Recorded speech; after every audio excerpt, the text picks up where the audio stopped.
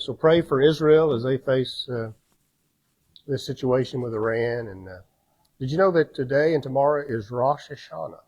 You don't know what that is? We've talked about it, haven't we? It means head of the year. It's their New Year's, and it's also called the Feast of Trumpets, Festival of Trumpets, because they sound the trumpet on several occasions. And so we've talked about it. One of my theories is that some year that the Lord is going to come back at the rapture of the church during the Feast of Trumpets, because the trumpet will sound and, the dead in Christ will rise first and all of that. And then we'll be snatched up to meet the Lord in the air. So I've believed for a long time that it's going to happen on the Feast of Trumpets some year, Rosh Hashanah.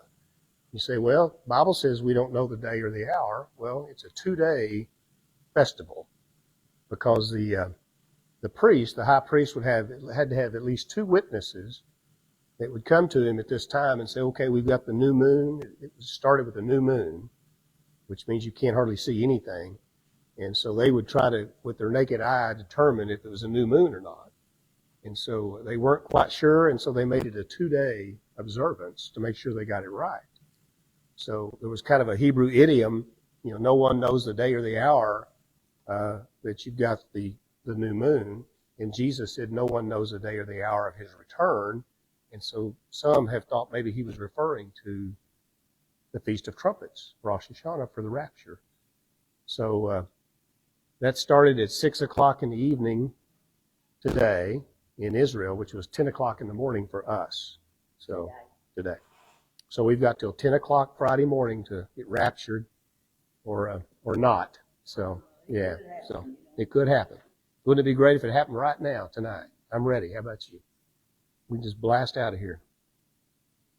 Anyway, it's kind of interesting. So every year when that rolls around, I think about that, and everything. And then with all this stuff going on, yesterday, Iran hit them with 180 ballistic missiles, and Israel's going to retaliate. So this thing could escalate. This could be the Ezekiel 38 war that we've talked about, with all the enemies of Israel coming against them and God defeating them, which I think is going to happen before the tribulation, because it says they burned the weapons for 7 years. Remember in Ezekiel 39. So it seems to me like there's a connection there. So this, who knows? This could be the year. So get ready. Maybe tonight when we're in our beds, the Lord will come back. Better be ready. Better be ready. That's right. But he may not, But anyway. Okay. Well, I thought we'd look at this in Numbers 13 tonight. This is when the spies were sent into Canaan to spy out the land. And so I've got a little introduction here at the top. It says, God has delivered Israel from bondage in Egypt and brought them to the edge of the promised land. The law has been received at Mount Sinai, and the tabernacle has been constructed. And God has guided the Israelites with a supernatural cloud. They had a cloud during the day and a pillar of fire at night. God also provided manna and quail as food. So anyway, they've come up to the edge of the promised land. After all this has happened, they've received the law and everything, and now they're ready to go in. And so God's going to take them in pretty quickly, after they left Egypt. It's been what? I can't remember, a couple of months, maybe 2 or 3, something like that. Anyway, God has provided for them and taken care of them and led them out of bondage, out of slavery, and now they're ready to go into the promised land. So let's look at verses 1 through 3. It says, the Lord said to Moses, send some men to explore the land of Canaan, which I'm giving to the Israelites. From each ancestral tribe, send one of its leaders. So at the Lord's command, Moses sent them out from the desert of Paran. All of them were leaders of the Israelites. And it gives a list of names of each one of them. We'll just look at 2 of them. Verse 6 says Caleb. We all know who Caleb is, don't we? Caleb is one of them. And then, if you look down to, where's he at? Looking for, okay, let's see. There he is. It's verse 8. Hosea,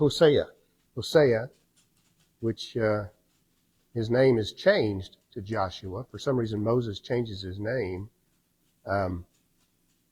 Hoshea means delivers, I believe. Delivers, and Joshua means Yahweh delivers. So Joshua, or Yehoshua, I think is the way to say it in Hebrew.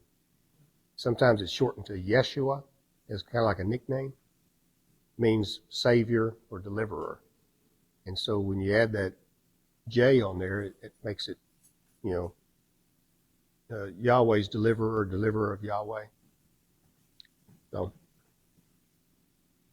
So Joshua is kind of a counterpart to Jesus, since Jesus is a deliverer, a Savior in the New Testament.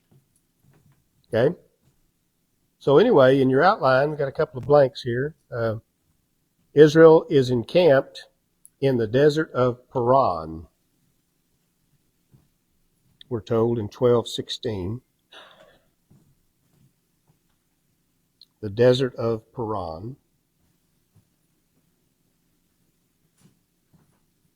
So if you look at your little map on the back, we'll look at that a few times.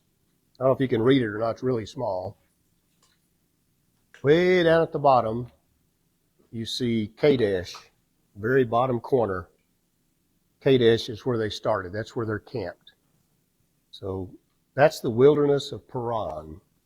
And the Negev is kind of a part of the wilderness of Zin. You see that? That's a part of Paran. And so they're going to go all the way up. It shows them going past Hebron into the hill country, Shechem, up through Hazor, all the way up north, up far north. Looks like that's way past Damascus. See, Damascus is kind of in that loop.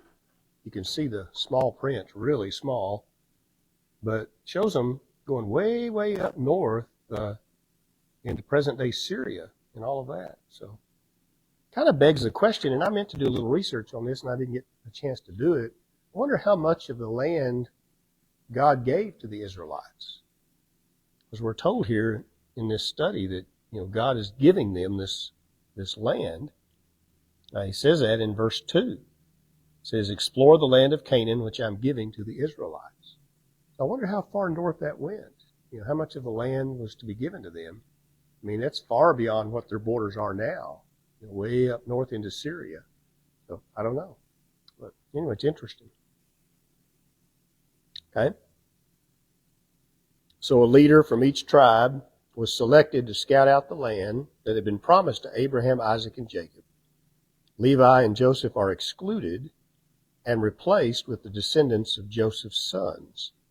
And who are the two sons of Joseph? Does anybody remember? Get a gold star if you remember. Is that?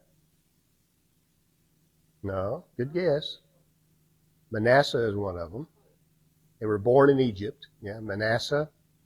And the other one is Ephraim. So Manasseh is Manasseh, Manasseh. And Ephraim is Ephraim. Manasseh and Ephraim. Why do you think Levi is excluded? The tribe of Levi. Yeah, they're the priests. So they don't get they're not going to get the land, any of the land, a portion of the land. There will be some cities that are Levitical cities, where they live and everything. But they don't actually get a portion of the land because they don't do any agriculture or anything like that. They serve in the temple. And so the Lord decided to divide the two sons of Joseph, use those two instead of him and Levi, so that there be 12 spies. So the number 12, of course, corresponds to the number of tribes.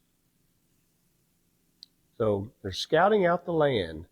So imagine how they must have felt after over 400 years in slavery in Egypt, and after all that they've been through, the plagues that God brought on Egypt, and led them through the Red Sea, the parting of the Red Sea and the receiving of the law on Mount Sinai.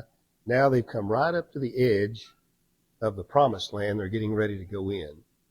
And so they're going to scout out the land. And I'm not sure if we're going to read this or not. I think we will. They're going to do it for 40 days. 40 days. Why 40 days, do you think? Yeah, the number 40 is one of those numbers in the Bible that's very significant. All right. Many times the number 40 is used for a period of completeness. And so they're going to wander for 40 years. We'll see that.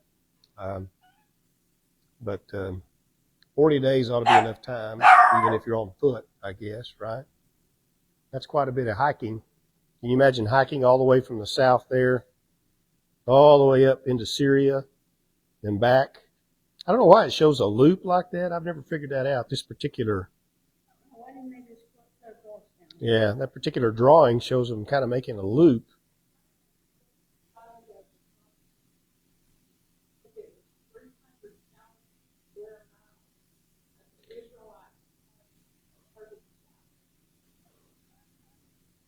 Really? 300 square miles. Huh. That's interesting. Well, I know when David became king that he conquered a lot of areas and they, took some more land like in Jordan and all of that. But I was just wondering what the original intention of God was, what they were to have. So we'll have to do a little research on that. But so they're going to scout out the land here for 40 days and report back to Moses. Okay, we'll jump down to verse 17 through 25. It says, when Moses sent them to explore Canaan, he said, go up through the Negev and on into the hill country. See what the land is like and whether the people who live there are strong or weak, few or many. What kind of land do they live in? Is it good or is it bad? What kind of towns do they live in? Are they unwalled or fortified? How is the soil? Is it fertile or is it poor? Are there trees on it or not? Do your best to bring back some of the fruit of the land. It was the season for the first ripe grapes. So they went up and explored the land from the desert of Zin as far as Rehob toward Lebo Hamath. And they went up through the Negev and came to Hebron, where Ammon, Shishah, and Talmai, the descendants of Anak, lived. Hebron had been built 7 years before Zon in Egypt. When they reached the valley of Eshcol, they cut off a branch bearing a single cluster of grapes. 2 of them carried it on a pole between them, along with some pomegranates and figs. That place was called the Valley of Eshcol because of the cluster of grapes the Israelites cut off there. And at the end of 40 days, they returned from exploring the land. All right. Let's fill in some blanks here. The 12 spies traveled up through the Negev. The Negev has 2 meanings. One meaning is dry. This means dry. It's like desert area, so the desert's very dry. And the other meaning is south. Dry south. So it's a southern desert area. So the Negev simply refers to that particular region. And it says they continued to a point north of the Galilee area, and then they returned. So again, you can see on the map where all they went. Way up past Sea of Galilee and then back. And again, I don't know why it shows a loop. Looks like they would come back probably the same way they went. So, I'm not sure why the person who drew this, I got it out of some book. I'm not sure how they came up with that. So they passed through the area of Hebron. Hebron's a very important city. A couple of things about Hebron. It later became the inheritance of Caleb. We'll see in a minute, when they come back and they give their report, there are two men who are very faithful, and they say, we can do it. We can go in, we can take the land, we can defeat the enemy and all of that. The other 10 were scared to death. Said, we can't do it. We're not powerful enough. So the 2 men who were very faithful were Caleb and Joshua. So God rewarded both of those men, and he gives the town of Hebron to Caleb.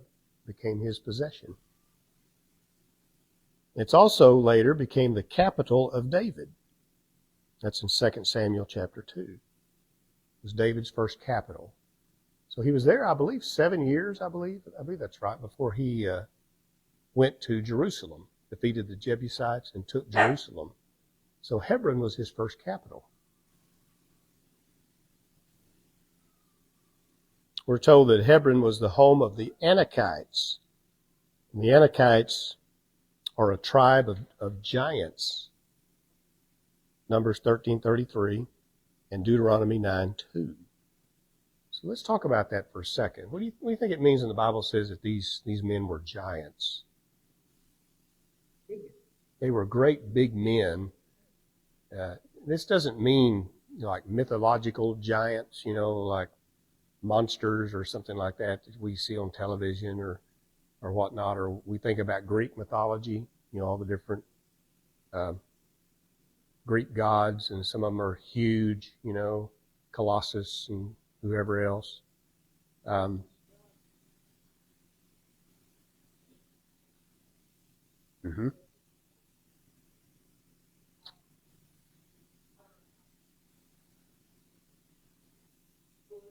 Right. Yeah, Goliath was 9 feet 9 inches tall. So that's almost as tall as this, like the ceiling in here. He probably just almost touched the ceiling. That's a big old boy, isn't it? Wouldn't want to mess with him. So they were huge, huge men. And it says that they were descended from this man called Anakites. This is going to get really interesting in a minute. We talk about where they came from. 3 men in particular are mentioned in verse 22 as descendants of Anak, and it gives their names. Ammon, Sheshai, and Talmai. And in verse 33, they're called the Nephilim. Go ahead and look down to verse 33. When they're given the report, they said, "We saw the Nephilim there." The descendants of Anak came from the Nephilim. "And we seemed like grasshoppers in our own eyes, and we looked the same to them." And so they said these men are so big that we're like insects. We're like grasshoppers. And they're called Nephilim. Nephilim means fallen ones.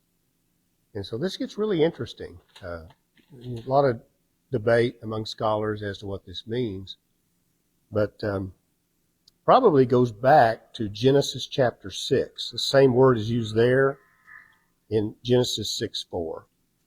And so I think that it's referring to something that happened all the way back in Genesis chapter 6. So hold your place right here and look back to Genesis 6 for a minute. Let's just read the first 4 verses. Genesis 6:4.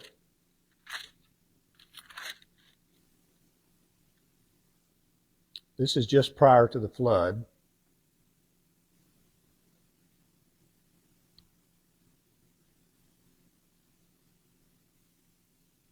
Okay.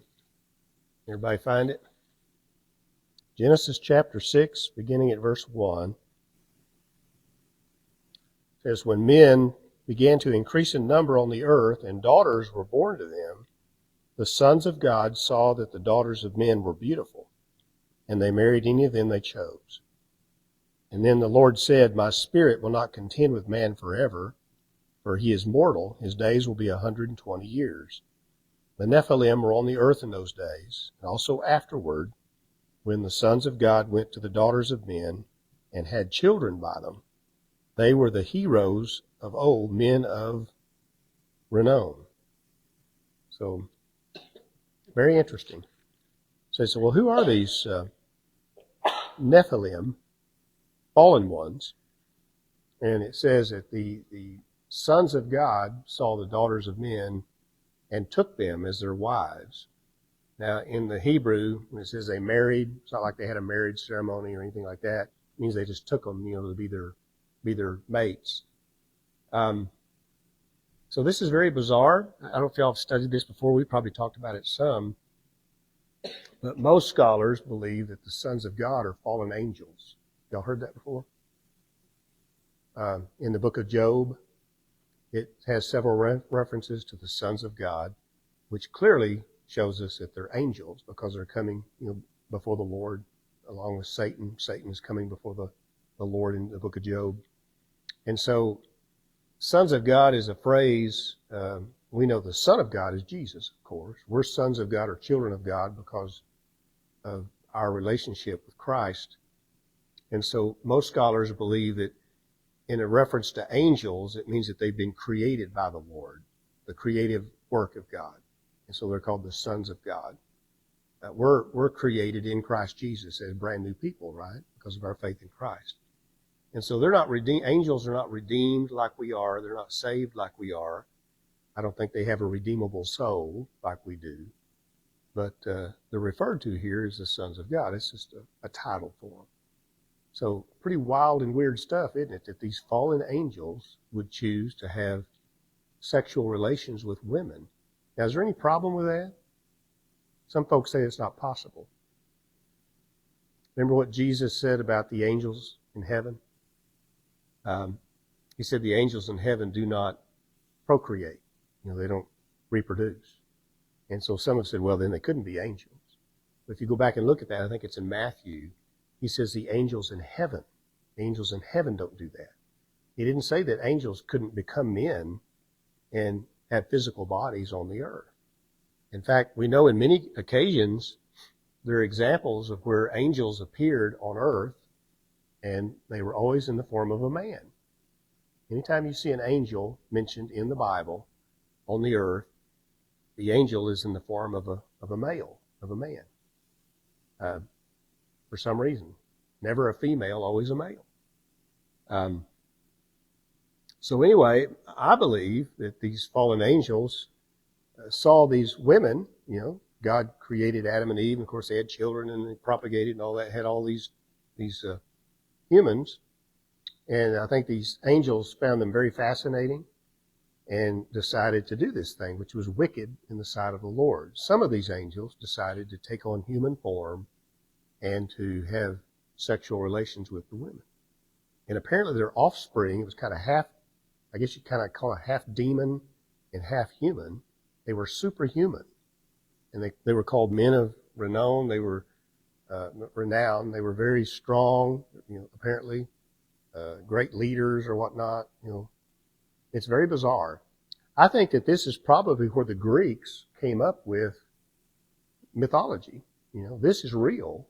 But I think they took that, many, many years later, and through oral traditions and all of that, that's when they came up with their stories, which are mythological about the gods, the false gods. So, but this is real. So.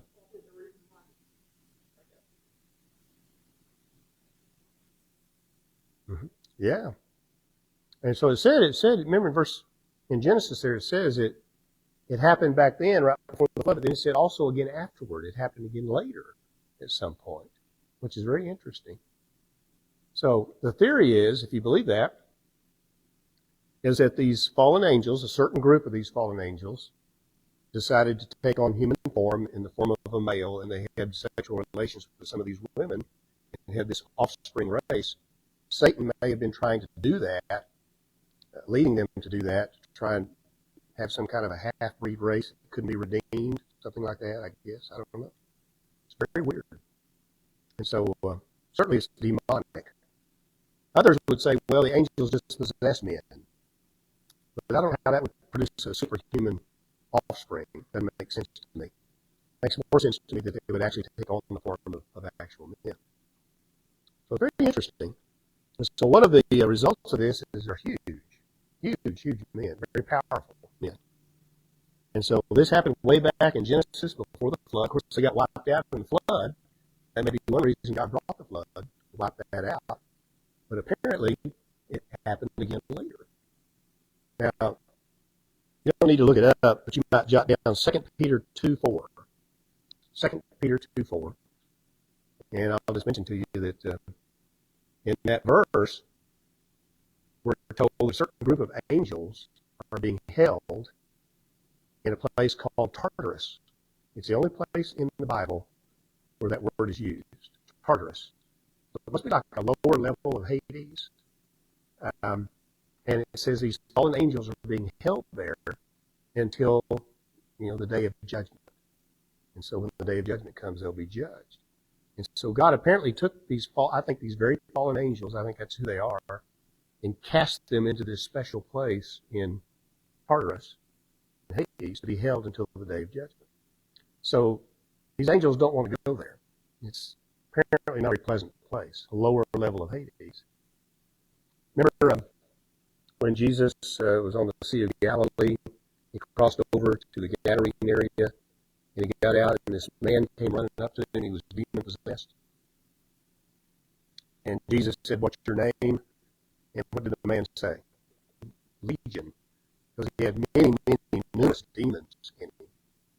And, of course, the man knew who Jesus was, and he fell down on his knees before Christ, and he begged him. He said, "Please, please, the demons are speaking. Please don't cast us into the abyss." I think this is in Luke's gospel. Don't cast us into the abyss. I think the abyss is Tartarus. I think it's the same place. So they want to go there. They know that. They know about that place. They know that some of their angel buddies, fallen angels, are there, and they don't want to go there. So it must be a really bad place. So they're begging the Lord not to do it. So he granted their request, and he cast the demons into what? Into the pigs. There were like 2,000 pigs on the countryside. And so these demons went into the pigs. Can you imagine those pigs squealing after they were demon-possessed? And 2,000 pigs running and squealing and went right off the cliff and into the Sea of Galilee. Well, no, they would be loose. They would be loose to roam and I guess possess someone else. That's why it's so interesting that Jesus didn't send them to the abyss. The demons that would roam and possess people, especially during the ministry of Christ, it was very prevalent. And I think it still happens. I think we still have demon possession, don't you? I believe that.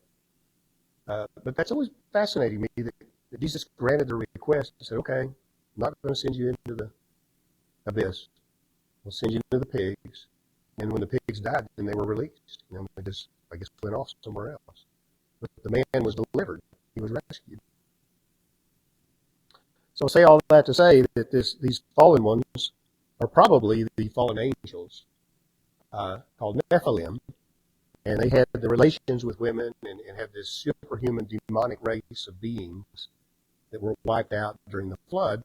But it did happen again later. It says so in Genesis chapter 6. And it also happened afterwards. It happened again later. So that must be where Goliath came from, and there were others, these descendants of Anak, among the Philistines. And many years later, of course, during the time of David fought one of them. He fought Goliath, right? Also, after that, there was another man named Goliath, who may have been a relative of the Goliath that David killed, was killed as well. So one of the giants had 6 fingers and 6 toes on each hand and on both feet. Remember that? So very genetic stuff, weird genetic stuff going on. But these were huge, huge men, giant men. And so the Israelites said, "Oh my goodness, we're like grasshoppers. We don't have a chance. We can't possibly fight them." So back in your outline, after a period of 40 days, the 12 spies returned to Moses. So they came back. All right, let's read about the report here in verse 26. It says they came back to Moses and Aaron and the whole Israelite community at Kadesh in the desert of Paran. There they reported to them and to the whole assembly and showed them the fruit of the land. They gave Moses this account: "We went into the land to which you sent us, and it does flow with milk and honey. Here's its fruit. But the people who live there are powerful, and the cities are fortified and very large. We even saw descendants of Anak there. The Amalekites live in the Negev. The Hittites, Jebusites, Amorites live in the hill country. And the Canaanites live near the sea along the Jordan." Then Caleb silenced the people before Moses and said, we should go up and take possession of the land, for we can certainly do it. But the men who had gone up with him said, we can't attack these people because they're stronger than we are.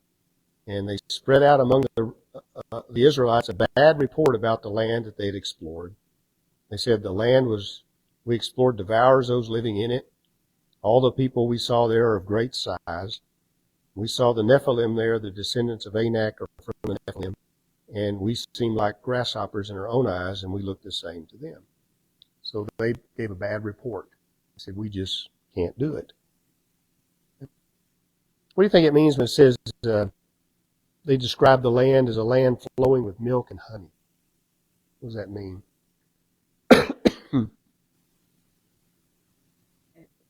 Sounds good, doesn't it? What do you think? Where does the milk come from?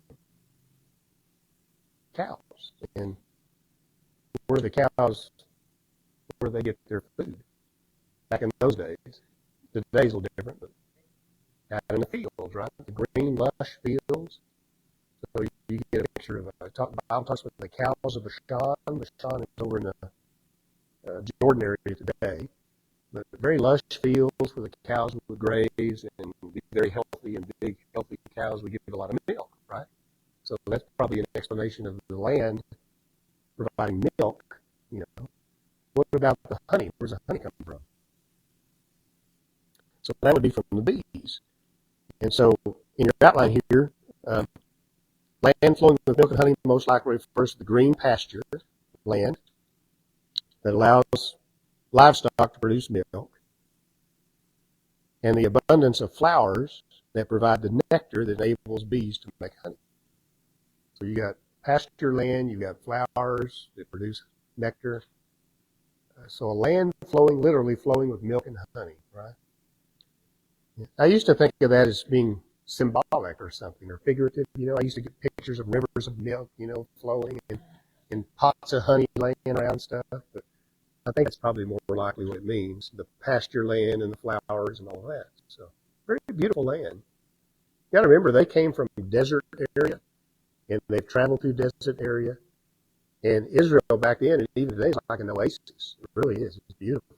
It's got trees in some of the places. Now, it does have desert areas, like where they're at in Kadesh.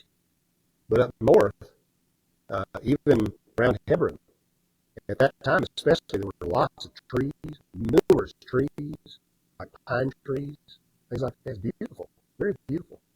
And the farther north you get, even more beautiful it is. So very lush, and lots of water flowing from Mount Hermon and from underwater springs around Mount Hermon and all that. So lots of walking, yeah. But the whole state of Israel today, now the map shows it a little bigger here, but you know how it is? It's about the size of the state of New Jersey. So Israel is the size of New Jersey.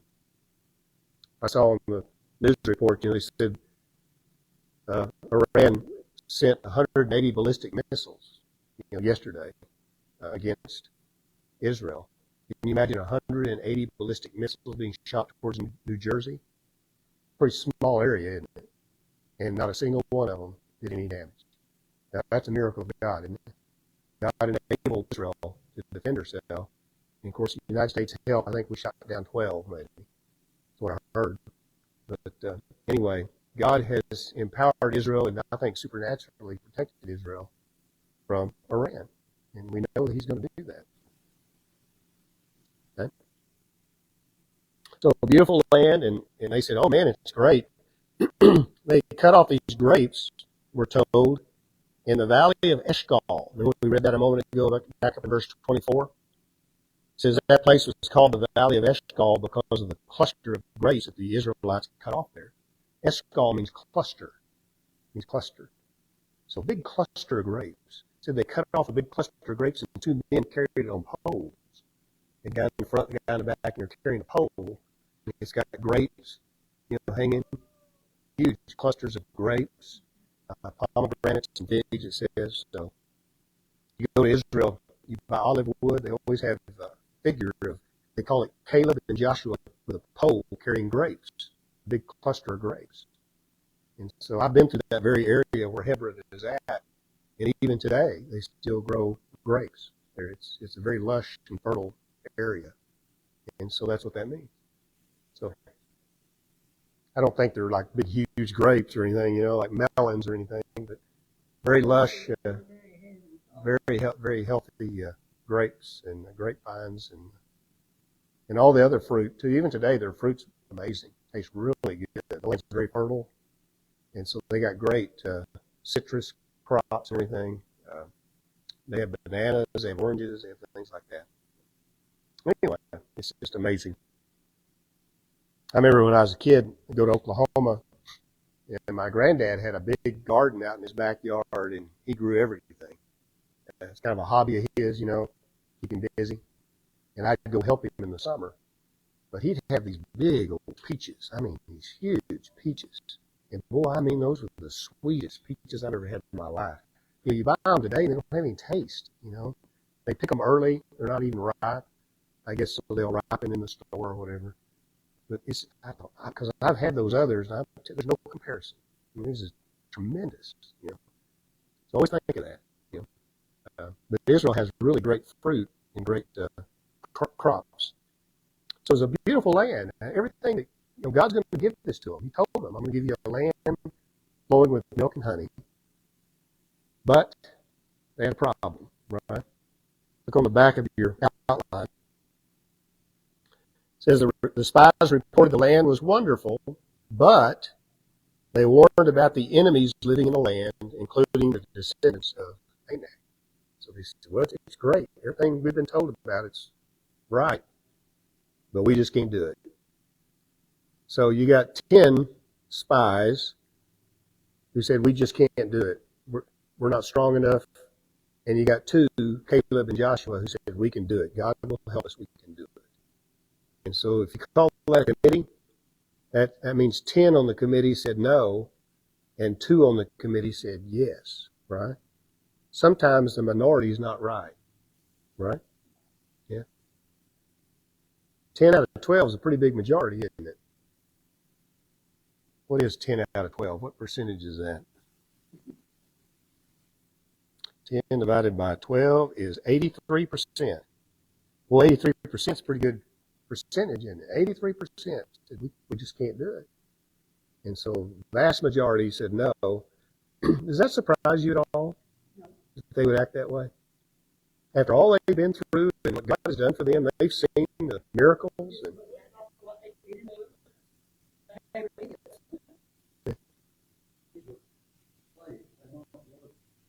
Right, that's true. Yeah, that's a good point. Yeah, they had not been trained or anything to go into battle or anything like that. So that means they were going to have to be dependent upon the Lord, right? And they just didn't have the faith. They just didn't believe it. After all they've seen God do. I mean, God defeated the army of Pharaoh with the Red Sea crossing and all that. And so it just astounds me. But don't we do the same thing today sometimes? Even though we know what God can do, we've experienced miracles in our own life, and all of life is a miracle, isn't it? And we have the Bible, which is miraculous, and yet sometimes our faith is weak too, isn't it? We get scared, don't we? Sometimes we're afraid. So anyway, but it's just amazing how they had all this evidence of what God can do, and yet they didn't have faith enough to go in. Okay. So look at verse 30. Again, it says, Caleb silenced the people before Moses and said, we should go up and take possession of the land because we can surely do it. So only 2 of the spies demonstrated faith and encouraged the Israelites to enter the land, and that's Caleb and Joshua. Caleb and Joshua. So Caleb's going to get Hebron later. How much later? Over 40 years later, right? So Caleb's going to have a good long life, isn't he? Everybody else is going to die out. Caleb's going to live, and so is Joshua. Joshua was given an area in Ephraim, the tribe of Ephraim. He was given, I think, a town called Ephraim, if I remember right, in Ephraim as his possession. So God gave them each their own cities because of their faith. And we already read 31 through 33 that the other 10 spies were negative They complained that it was impossible for the Israelites to overtake the inhabitants of the land. So what happened after all of that? You remember? Okay. God got a little provoked with them, didn't he? God was angry with them. In fact, he was going to destroy them. He told Moses, step aside, I'm going to wipe every one of them out, and I'm going to start over with you. And I'm going to make a great nation out of you. And Moses pleaded with him. Moses loved his people. He said, oh, Lord, please don't do that. So people will know what happened, and they'll say that you brought them out here just to destroy them, and please forgive them. And so God said, okay, I'm going to forgive them, but here's the catch. Not a single one of them that doubted is going to go in to the promised land. They're all going to die in the wilderness. And so they're going to wander for 40 years before God allows the Israelites to go in.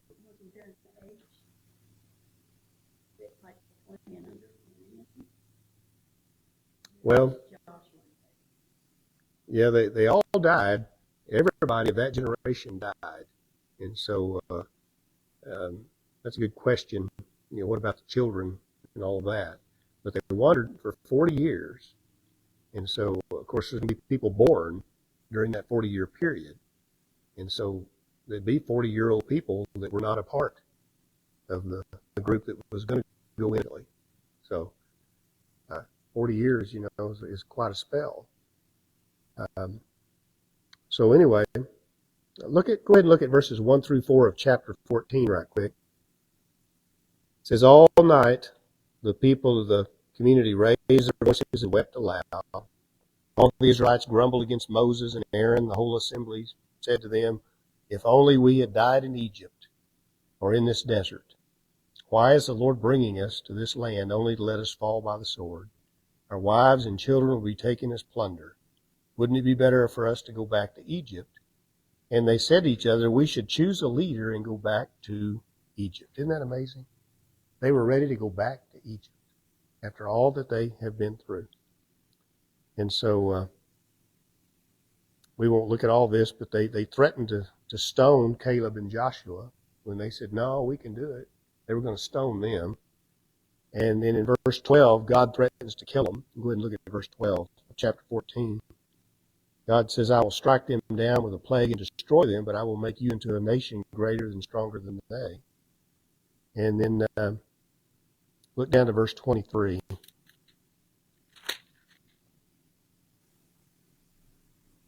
He says, not one of them will ever see the land I promised on oath to their fathers. No one who has treated me with contempt will ever see it.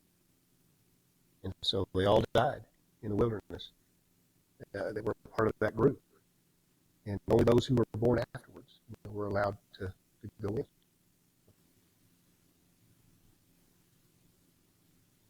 It's pretty amazing, isn't it, that they had such weak faith. But we do the same thing, don't we?